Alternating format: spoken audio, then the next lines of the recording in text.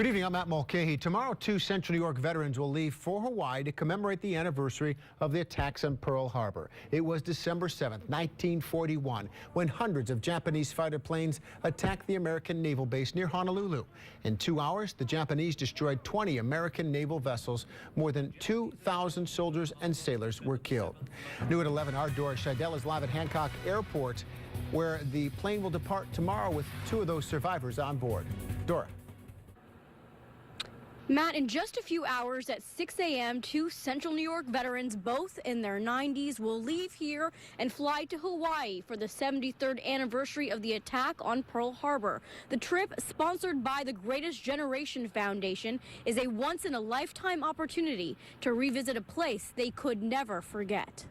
Born and raised in Baldwinsville, Larry Perry was stationed at Fort Armstrong in Hawaii at the age of 21. He remembers playing a game of touch football and looking up. I looked up in the air, and there were hundreds and hundreds of planes. It was more planes than he had ever seen, and moments later, he learned where they came from. Pretty soon, the first sergeant come out, and he says, "Hey, well, Pearl Harbor is getting bombed," and he said, "We're being attacked by the Japanese." Perry's commanding officer ordered him to deliver ammunition to the troops, but he took a short detour. I just had to come up and see Pearl Harbor. He says, "If I ever get out of this, I'm looking at a piece of history, you know."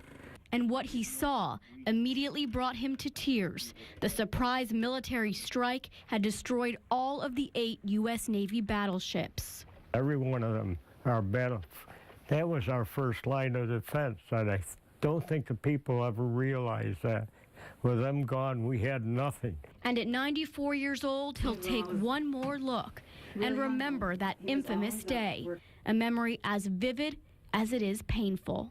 How can you refuse anything like that? It's been 73 years since, 73 years since I've been back there, and I would really like to see what's happening now.